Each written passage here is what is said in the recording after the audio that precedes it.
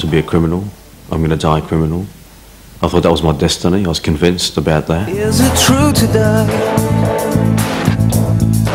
that when people pray, cloudless skies will break? So I'm one of the pastors here, as well as the evangelist, so I travel wide and far, as well as involved in pastoral responsibilities here at the church. I'm also involved in the Tuesday morning program, and here we have between 60, 70, 80 people sometimes that come in from the community, and we assist them, we help them with various needs, pray for some, help others financially or with food, and as well as put a meal. We have a community meal once every Tuesday at 12 o'clock, and we sit down, have a meal, and I guess I share, I bring the word. You know, Jesus said, man does not live on bread alone, but on every word that comes from the mouth of God. So I'll bring the word of God to the people, and you know, I guess I want them to find the same you know, hope that I found. I just want to share that hope with the people, and I love it, you know. So I desire to just give myself to this work and just help people in general, just to reach out, you know, to love them and to share, you know, the answers that I myself have found.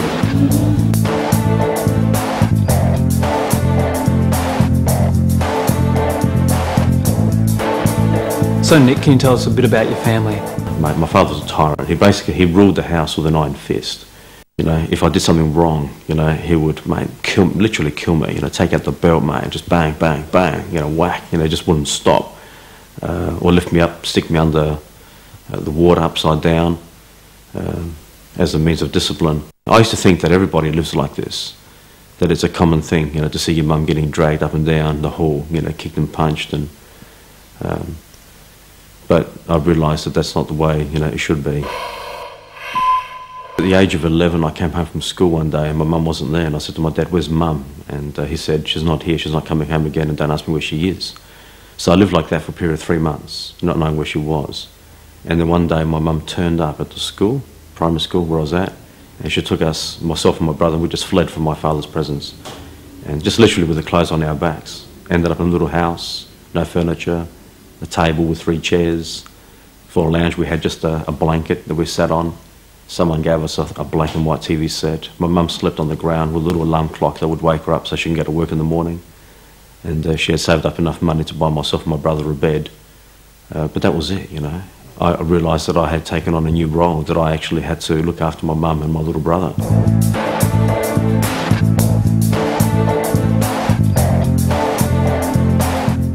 You know, I'd often hear my mum go to bed at night crying and just wondering, you know, how we're going to pay the bills. So I guess I started stealing, and started stealing yo-yos and flick knives, actually. And started a bit of a business at school, selling them half price.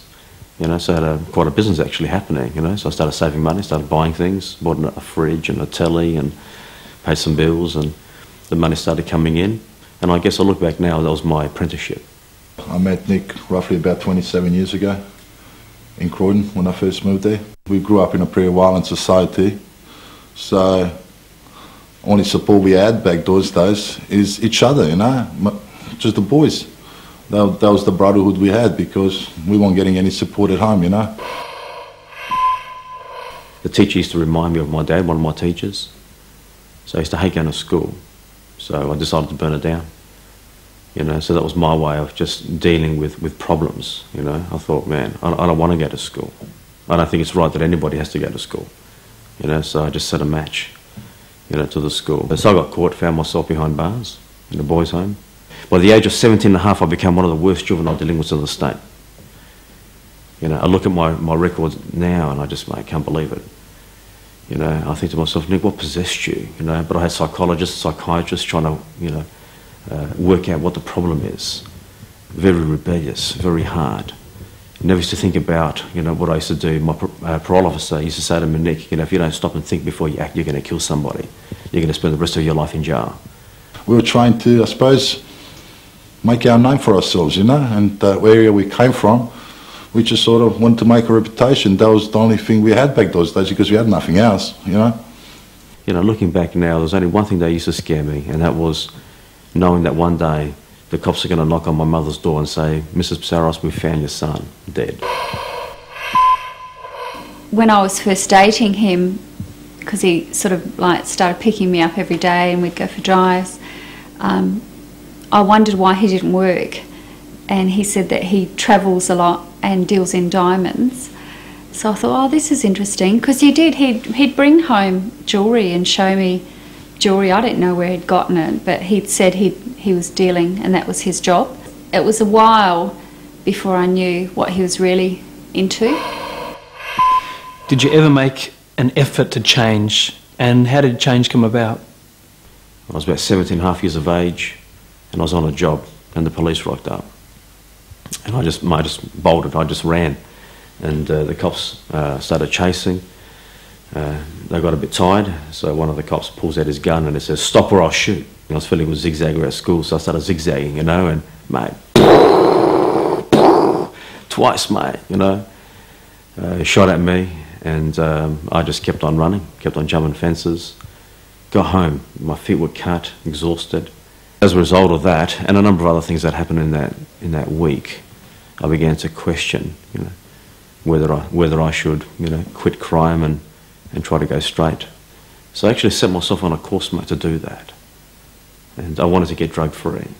You know, I wanted to get myself a job, and I wanted to change my life. And that's what I did. I actually committed myself over a period of 8 months, where I actually got myself a job for the first time.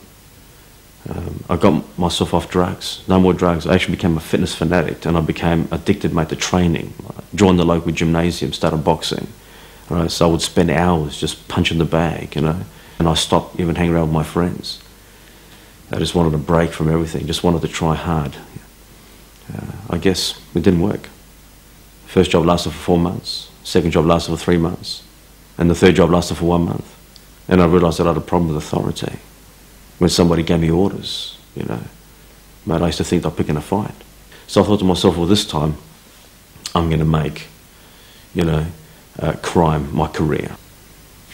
Play it right, do it smart, learn from all my mistakes, and that's exactly what I did, mate. I sold myself out to organised crime, to do it in a professional manner.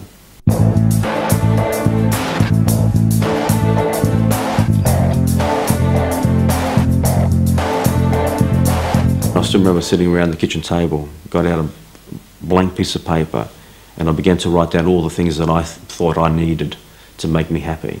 And it worked out to about $500,000. And I thought if I had $500,000, I'd be very happy. I'd be the happiest man in the world. And I basically just went for it.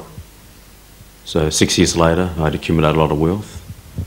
You know, bought myself, you know, a beautiful 930 turbo Porsche. That was the second Porsche. I mean, I had a beautiful 911 SC. But I remember driving past the showroom and I saw a beautiful, nice gold 930 turbo Porsche, and I thought, man, I want that, you know. So just went in and bought it. Building a house that was worth $500,000 alone. Just laid the foundations, you know, to build the house. In today's value, $2.5 million up in Tennyson Heights. So the money was no problem. The money was coming in thick and fast. Nick was really good at what he used to do. He used to have this charisma about himself, and a lot of people, they used to look up to him, you know. And me and Nick and a few of our boys, we were pretty good at doing what we had to do to make a lot of money real fast, you know. At our age, when we were, I don't know, in our early 20s, our paycheck used to be roughly, I don't know, $40,000 a month. And that's not bad money for young boys, huh? So I guess I was happy because I used to think, this is it. This is all that life has to offer. And I've got the best of everything. It was a funny life because it was high, and then there were lows as well. Like there were many really big highs, lots of money, lots of fashion, lots of eating out, the high life of travelling and stuff like that. I think when you're in that sort of situation, it's like an abusive, well, it's an abusive relationship really, because when you're in it, you don't even realise how bad it is until people on the outside are looking in and saying how bad it is.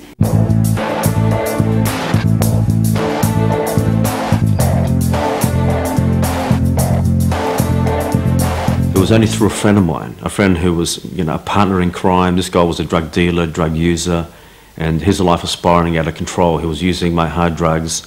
He'd just been to Thailand for a couple of weeks. You know, he got back, mate, looked like death warmed up, and I'm shaking him, telling him, buddy, mate, open up your eyes and have a look at yourself, you know, what are you doing?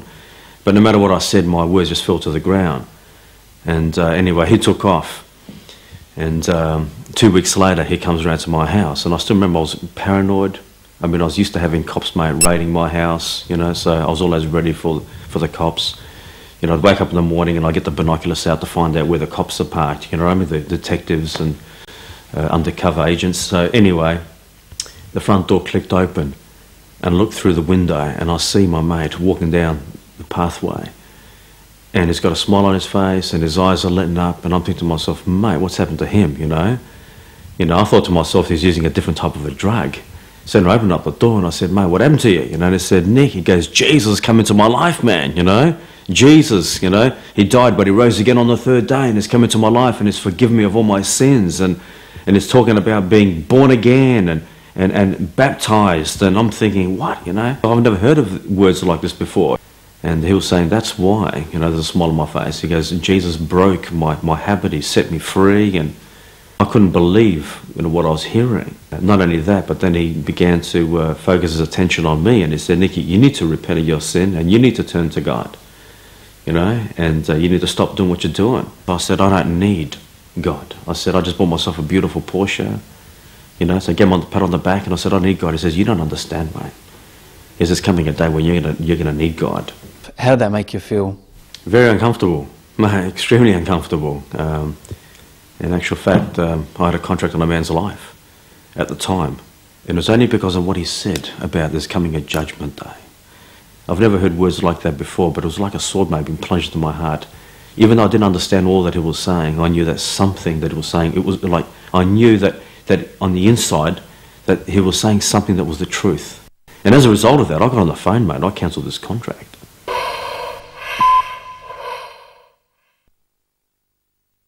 It was only a short while later that my wife actually became a Christian. How did that start to affect you? I guess, in a way, I mean, I said to my wife, I mean, because I was afraid, to be honest with you, I was afraid of the Bible. I did not want to know what the Bible had to say. And I said to my wife, I said, honey, you're a Christian, okay, that's fine. I said, you live your life your way, I live my life my way, and we'll be both happy. You know, so we try to live our lives like that, but my wife will open up the Bible and she'll try to tell me stuff, and I said, look, I don't want to know. But I guess I saw her attitude change. She didn't want to go for driving the 932 Porsche anymore. And she would challenge me about my life and the way I'm living my life. He'd pick me up at church in his $120,000 Porsche, and I'd feel embarrassed. You know, there was part of me that was repulsed by that lifestyle. But because I'd read scriptures in Peter that said, you know, submissive wife and stuff like that, I was going to win my husband over with my life. I wasn't going to nag him, and I've never nagged him. I've never been a nagger. I was going to win him over with the love of God, and that was it. She started attending these prayer meetings, and she'd come home, and there I am, I'm counting all this money, and, you know, she would see a lot of things, you know. And he'd tell me to count money. There'd be more money than you could lay your eyes on, and I'd say, I don't want to count your money. I'm not going to count your money. You know, I don't like counting money. And, you know, he'd have jewellery, and he'd say, pick jewellery. He'd have jewellery everywhere, and I'd say, I don't want your jewellery. She'd say, we prayed for you tonight, you know, and I'd get angry, and I'd say, what do you mean you prayed for me? Don't pray for me, pray for yourselves. I don't need your prayers. So, I mean, it was later on, it was revealed to me that she would go back to the meetings, and she would bawl her eyes out and say, it's not working, prayer's not working, you know, but little did she know that, mate, God was doing something in my life. And we found ourselves on the Greek islands, and it was there while I was just relaxing, you know, sunbaking, and then my wife was reading the Bible. I said, honey, you know, you should hear what this says here. And I guess she got me at the right time. I said, okay, what is it? There was that scripture that said, what shall it profit a man if he gains the whole world and loses his soul? For he who finds his life shall lose his life, and he who loses his life for my sake will find his life. And there I am on the islands of Greece, and again it was like a sword, mate, just being plunged into my heart. And I said, what? I said, how can it be? How can one human life be worth more than the entire world and all the treasure in the world? I couldn't understand that. And she said, honey, when God created man, he created him with an eternal spirit to live forever. But the decision you make for or against him is going to determine where you're going to spend eternity. And I could see God at work straight away. It was like, it wasn't dead words, they weren't words that just fell upon the wayside or anything. They were words that went straight through to his heart, and I could see it. I could read it in his heart that he was convicted by those words. I actually remember part of that honeymoon that he made a phone call from a phone box back to Australia and cancelled a massive big criminal job that he was in at the time. And I was standing outside the phone box and I recall him cancelling it. I don't know why I didn't ask him any questions. I was naive and young and stuff like that, but God knew. God was at work.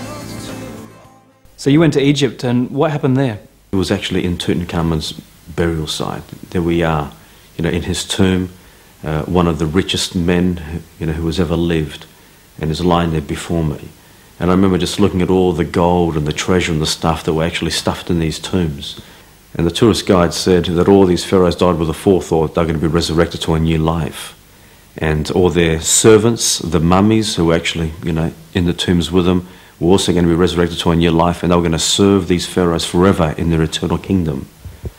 And that's why they put all this treasure and stuff in there. And I'm standing thinking to myself, mate, you've been deceived by what you believe in. Right? And it was amazing, because as I was thinking that, it was like God spoke into my heart and said, son, you've been deceived by what you're believing in.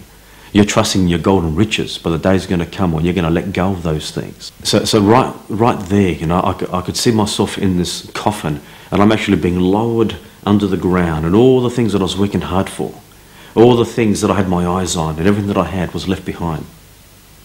And I was going down. And this big question mark just hanged over my head. Where am I going to spend my eternal destiny? And how could God forgive someone like myself? I've done too many bad things. I was a rebel. I did many bad things, involved in organised crime. How could God possibly forgive someone like myself? You came back from overseas, back to Australia. You're still involved in a life of crime, but you discover things about God. How did it all fit together? When I got back to Australia, my friends said to me, Nick, there's something different about you. And certainly there was something different. I began to think about my eternal destiny, which is something that I never used to consider before. I used to drive in my Porsche, mate, down Port Road, Torrens Road, doing 260 kilometres an hour without a seatbelt. And for the first time I'm wearing a seatbelt just in case I actually died and had to meet God. Because I knew in my heart that I wasn't ready to meet God. I wasn't ready to face Him. So I'm thinking about it. I still did not understand everything. Right, because I thought becoming a Christian was about trying to just live a good life, and then hopefully, God is going to put all my good deeds on one side of the scale and all my bad deeds on the other, and if I've got more good than bad, then I'm going to make it in. But I really felt that God was calling me and drawing me by His Spirit, and God was calling me to lay down my life and walk away and just put my faith and trust in Him. I didn't know how I was going to do it, how it was going to happen, how I was going to even get out of the stuff that I was involved in. But I knew that, mate, the winds of change were blowing across my life. I remember one day we're driving up to this crop that I had my eyes on. We're organising it, We're looking at a $10 million plantation. Right, and we're driving up there, and, mate, all the way there and all the way back, I talked about Jesus. I can't believe it, mate. Things like that never happened before. I remember going out with another mate of mine. We would go out, hit the streets in Highney Street, and I would get dressed up, and put on $100,000 worth of gold jewellery, rings on every finger, gold chains around my neck, gold watches, I had a Coke spoon, and I would just dip it into this Coke bag that I'd carry with me and just stick it up my nose, right, and just party, mate. Go to the casino, blow a couple $1,000, no big deal. And I remember going out with my mate, and I said to him, mate, I said, forget, I don't feel like partying tonight. I just want to, mate, let's just sit down and let's just talk. And mate, we're sitting down, we find ourselves in a coffee lounge while everyone's partying, the music's pumping, and we're talking about Jesus, mate. That wasn't me, that wasn't the old Nick Psarros, So there was a change that was taking place.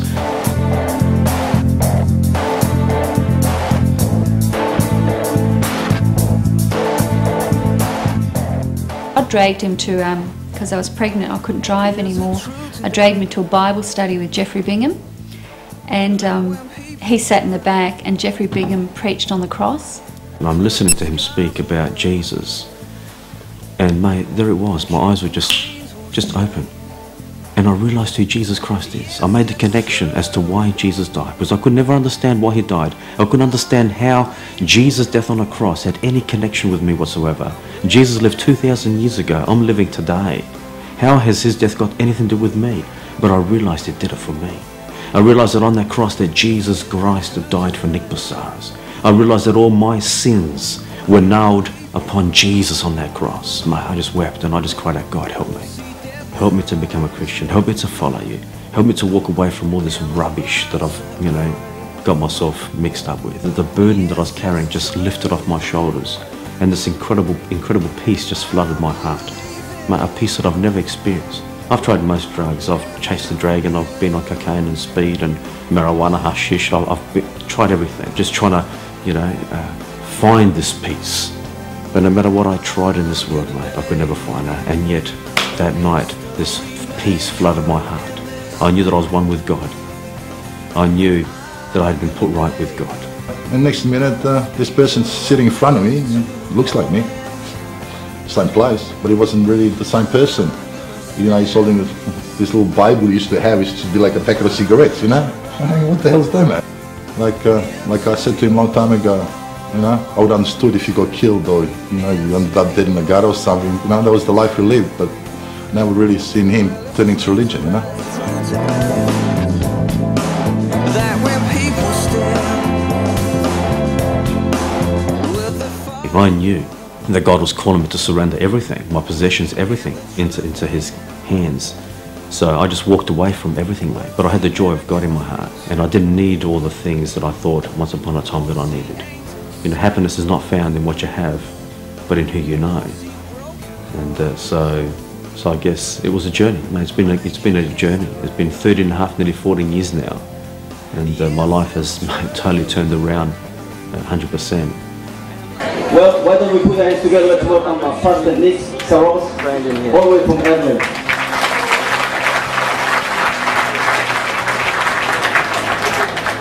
As Martha said, I have travelled 3,000 kilometres from Australia. I have come to tell you that I have a message of hope for you.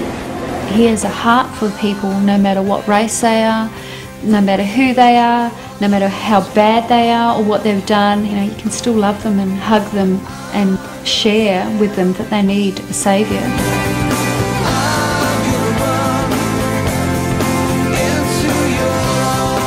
I'm actually quite proud of him, because now when I see him, like nearly brings tears in my eyes, because, I don't know, once upon a time he had a lot of value on money, and he was greedy and selfish, but he's learned this lesson, and it's like, to him that was a journey at that time in his life, and now he actually can put it back to the people, I became a Christian on the 13th of March, baptised on the 31st of March. I was brought here by a friend of mine. She introduced me to the people in the church, and I got to meet Nick about 3 weeks into my Christian walk. Did a lot of crying, a lot of talking, and he's my best friend at the moment. Good mates. I'd go to war with the fellow and watch his back, 16 months now Christian and loving every minute of it. And I just wish there were other people out there that could come in and join me, Magic stuff, I should have done it years ago. Maybe I would have still been married now, Jesus is in the life-changing business. It's changed my life. And I guess I live to tell my story and to tell people about the hope that they too can have in a relationship with Jesus Christ.